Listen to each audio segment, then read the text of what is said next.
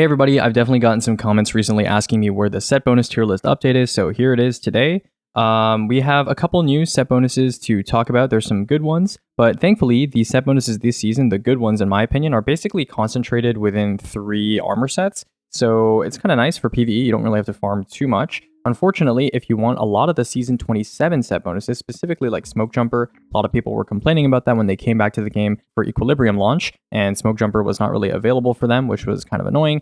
Definitely a bit of a difference maker, I would say, for some stuff. I would say like Final Boss, for example, Sword Damage Surviving. Smoke Jumper definitely made a difference for that. So, kind of annoying, but Bungie said that they're going to come up with a way to allow people to not have to roll Gamba, at the Clan Steward once a week. So hopefully, people are able to get their Season 27 set bonuses, like the Portal set bonuses, in the near future. But with that out of the way, let's go ahead and talk about the Season 28 stuff, which is what we're here to talk about. And let's start in the S tier. So in the S tier, I think Ferropotent 2-piece, pretty, common W here. Everybody's expecting this. It is the best universal passive DR, as I've noted here. Smoke Jumper requires you to be picking up orbs constantly to get its effect, at maximum potency. And then you have Ion Adapter, which you need to be running a specific loadout, and it is only Splash DR, not Universal DR.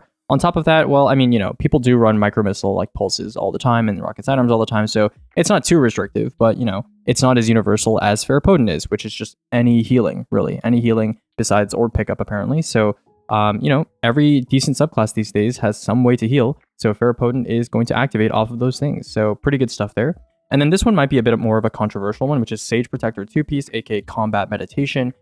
This one is, you don't actually get that much grenade and class energy. I think it says 5%, but I think it scales down depending on nade type, obviously. And so there's a lot of swords where every single sword damage tick, whether it's like, Caster Polaris ticks, whether it's like Arc Conductor ticks, whether it's Scorch from like Praxic Blade Solar, like literally anything that's coded as sword damage will activate Combat Meditation separately. There's no internal cooldown, but the amount of energy you get is pretty small.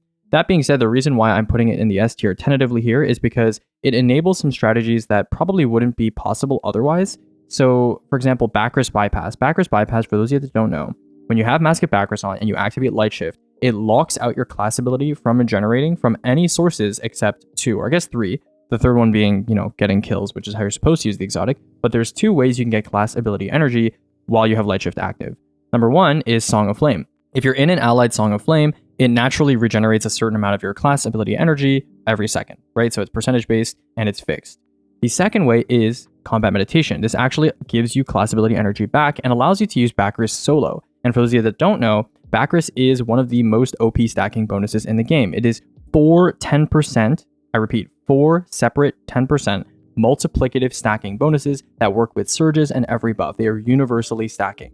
So this can make Backrest damage strategies potentially a lot more viable because you don't need a teammate to be on Song of Flame to get that bonus for you, right? So Backrest Bypass, potentially very good here with like swords. Then you have grenade spam builds, which, classic. People theorize this with like Ergo Omen back in the day with like Storm Nades and like Attrition Orbs and using Orb Pickup mods. Now, in theory, maybe you could run 2 surges and 1 Orb Pickup mod or no Orb Pickup mods and be able to empower a grenade damage strategy. So we'll see. I will do more damage testing later into this season while we have kind of nothing to do after the dawning is over. And I'll let you guys know whether I think Sage Protector, enables strategies that are potentially interesting for the next, day 1 or whatever we have coming next in terms of endgame content. Next, we have Swordmaster. Swordmaster 4-piece. Now, I commented on this armor set bonus before Equilibrium, and I mentioned that it's something you might want to farm for defensive purposes. This basically gives you permanent 50% DR for just having a glaive or sword on and tapping them every once in a while. And the lightsaber, because it is a special weapon and because blocking comes a lot more naturally, I would say, to the lightsaber compared to something like a sword where you got to pull it out and there's like a small waiting period before you can block. And then glaives, which I guess you have to like shoot things and get some energy. The lightsaber feels like a very natural blocker. And so it's basically just constant DR for just tapping with a glaive or sword. Now, it is a 4-piece set bonus, but I do think it is probably the best 4-piece set bonus in the game just because of how constant that DR can be. But obviously, it kind of requires you to play into it. But I would say there's a lot of set bonuses on this list that require you to kind of play into them a little bit to get an effect. And this is, despite the fact that it is loadout restrictive and it requires you to play into it, again, like you have to tap block every once in a while, I think the effect is easily the strongest of any, consequential, like you need to play into it kind of feedback mechanism here of any single set bonus. So that's why I placed it at the top of A tier. Definitely not S tier because it's not universal, but pretty good. Swordmaster 2-piece, Balestra. I think that's how you say that. This one basically just allows you to exhaust anything you hit with a sword, glaive, or melee, and it's refreshable. So this is pretty good for like neutral play. It's fine, right? If you're running Swordmaster 4-piece, you also get this bundled with you, so that's even more, enemy outgoing damage decrease. But I would say it's generally for endgame play most relevant for grapple melee damage, because when you're grapple meleeing a boss and they're stomping you and stuff, you don't want to die. And so this basically just allows you to have a free exhaust effect permanently on the boss, because grapple melee triggers the Balestra effect and exhausts the boss repeatedly. So Swordmaster, potentially interesting. Definitely people are already using it for grapple melee damage. 25% outgoing damage reduction on a target is not insignificant at all. So pretty nice stuff there. And yeah, it's already seeing some use in in-game content. Next, we have Sage Protector 4-piece. This is mostly for movement. The damage increase, which is a 10% universal stacker, is honestly not really worth it, because you have to block and then hit, which is like kind of an awkward thing to do. I mean, it kind of pairs well with this season's, artifact mods, because like combination Argent Blade requires you to pause anyway, but it's not like in future seasons, I don't really see this being worth it. If they made it so that you can block and then just hit instantly and Blade Focus was active right away, I would appreciate this set bonus a lot more, and I think it would actually be a net increase in damage. But the fact that you have to block and then there's like this awkward waiting period where you're doing nothing is not, I'm not the biggest fan of that. So hopefully, I would like them to change it, but Bungie rarely ever kind of, retreads old ground and like adjust things to make them feel a little bit better, at least not in the short term. And this just came out. So, it'd be nice if you could just block and hit right away, but it is what it is. For a 4-piece set bonus, I was expecting, a little bit more, but the fact that it's 10% and, you have to wait quite a bit, I think it's honestly a net loss in damage, most likely. So not great. We have Ferropotent 4-piece. So this one I will probably test a bit further when I have some more developments in ammo overlays and stuff like that. Or I have a friend who has a working ammo overlay, so he might test that. That's Spider. You guys know Spider. But yeah, ammo below a certain percentage, total reserves. You get a little bit more progress when it comes to primary and special kills, giving special and heavy progress respectively. But this is mostly because of the fact that you get the Ferro 2-piece underlying, right? So you already have a solid 2-piece set bonus. And then if you care more about ammo and you feel like survivability is not as big of an issue and you don't want to run like Ion or Smoke or something like that, or Swordmaster as your other 2-piece set bonus, then, having Ferro 4-piece is honestly not that bad, right? It's honestly not a bad pick. So yeah, just a little bit extra ammo there. I think it's a solid A tier option.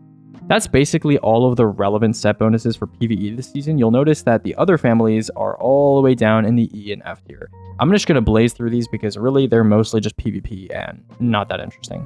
Wild Anthem 2-piece. This is from Crucible. This is basically when you have a bottom half mag that's not empty, you get a bit of reload. So it's like free reload, kind of whatever. Thriving Survivor 4-piece. This is when you get multi-kills with heat or primary weapons. You get a sizable chunk of stats. But really, like, this is not that important. And the fact that it's a 4-piece set bonus and not a 2-piece, you're really sacrificing a lot of other stuff. The kind of logic with set bonuses is that a lot of them have decent effects, but you're thinking about, if I'm running this, then I'm sacking the ability to run this, right? So it's kind of like exotic weapons, where like, if I'm running this exotic weapon, in theory, it's decent on paper in a vacuum, it's fine. I'm not able to run X, Y exotic, right? So Thriving Survivor 2-piece on a grenade kill is just like stats, don't really care. A Shrewd Survivor 4-piece, kill with reflex action active, which is the 2-piece. There's a lot of set bonuses that are like 4-pieces, where it's like, if you have the 2-piece bonus active, then, the 4-piece does something special. You saw that with the Sage Protector, for example, like Blade Focus Combat Meditation. But yeah, when you ready a heat weapon or an SMG or a hand cannon, you get a kill, you get some PvP stats. Same thing here. It's just like PvP stats, 50 handling, and low ready speed seems like pretty good though for like hand cannon, SMG, and heat weapons. But a lot of people use these exotics with their like respective, exotic armor, like Lucky Pants and Peacekeepers. So I don't know. I'm not a PvP guy though. Wild Anthem 4-piece. Every time you reload, you get handling and flinch. I think for PvP, this could potentially be pretty good, because it's not often that you get like just a raw range boost from like a set bonus. So Suro Synergy weapons getting 15 free range. That could potentially be a difference maker for PvP. You have New Demotic 2-piece, which is flinch resist, and then New Demotic 4-piece, which is just handling and ADS duration on ally death or revive, which is honestly, even for PvP, that doesn't seem very good. Unless this is like a very long timer or something like that. But even still, like ally death and revive, that's not something you do super often in PvP compared to a lot of the other triggers for PvP set bonuses. So yeah, that's pretty much it for set bonuses. I hope you guys enjoyed this video. Tomorrow we're going to do fragments and aspects, which I've completely redone the aspect tier list, so that's going to be potentially very interesting to talk about. Fragments, not too much changes, but we'll go over that too. And then the day after we'll do subclasses, and that should be it for the main tier lists. We'll do some fun tier lists after that. I have a Renegades shopping list that I've prepared for you guys, but the tier list, or not the tier list, but the guide is already made here. So if you're curious and you need a shopping list, you want to know what should I farm as a new player, there's a bit of a high priority, medium priority, low priority, niche categories here, and you can, go do some shopping. But yeah, that's pretty much it for now. Hope you guys have a wonderful day, and I'll see you tomorrow.